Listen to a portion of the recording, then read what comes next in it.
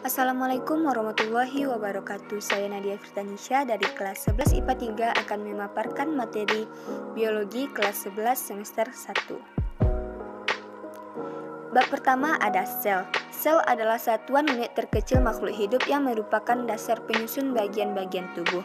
Sel dibedakan menjadi dua tipe, yaitu eukariot dan prokariot. Tipe sel eukariot merupakan sel yang memiliki inti sel atau nukleus, sementara prokariot dikenal sebagai sel yang tidak memiliki nukleus. Selanjutnya jaringan tumbuhan. Jaringan tumbuhan adalah sekumpulan sel tumbuhan yang mempunyai bentuk, asal, fungsi, dan struktur yang sama. Jaringan pada tumbuhan terdiri atas jaringan meristem, jaringan penyokong, dan jaringan dasar. Selanjutnya ada jaringan hewan. Pengertian jaringan hewan adalah sekumpulan sel yang sama, memiliki fungsi yang sama membentuk sebuah jaringan organ hewan. Bukan hanya satu sel, tetapi beberapa sel yang sama dalam hal ini memiliki fungsi yang sama pada suatu organ tertentu pada hewan. Struktur jaringan hewan dengan manusia pada dasarnya sama, tetapi ada bagian-bagian yang membedakan. Pada hewan terdapat 4 jaringan yang membentuk suatu jaringan. Jaringan tersebut yaitu jaringan epitelium, jaringan ikat, jaringan otot, dan jaringan saraf. Materi selanjutnya yaitu sistem gerak pada manusia.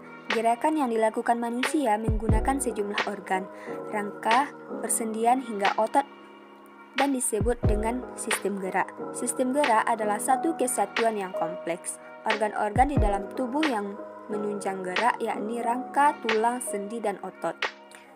Sistem peredaran darah. Sistem peredaran darah terdiri dari pembuluh darah yang membawa darah dari dan menuju jantung.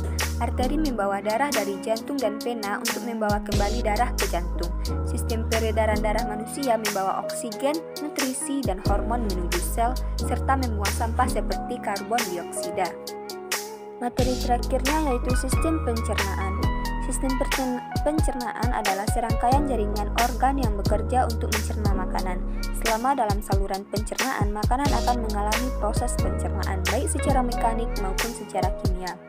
Pencernaan secara mekanik adalah proses pengubahan makanan dari bentuk besar atau kasar menjadi bentuk yang lebih kecil atau halus. Proses ini terjadi di dalam mulut dengan bantuan gigi dan lidah. Pencernaan secara mekanik juga terjadi di dalam lambung dengan bantuan gerak peristaltik dinding lambung sehingga makanan seperti diaduk. Sedangkan pencernaan secara kimia adalah proses pengubahan zat makanan dari bentuk yang kompleks menjadi bentuk yang lebih sederhana dengan bantuan enzim pencernaan. Misalnya, pengubahan protein menjadi asam amino yang dilakukan oleh enzim tripsin. Sekian yang dapat saya sampaikan, mohon maaf yang sebesar-besarnya jika ada kesalahan. Wabillahi taufiq wal hidayah. Assalamualaikum warahmatullahi wabarakatuh.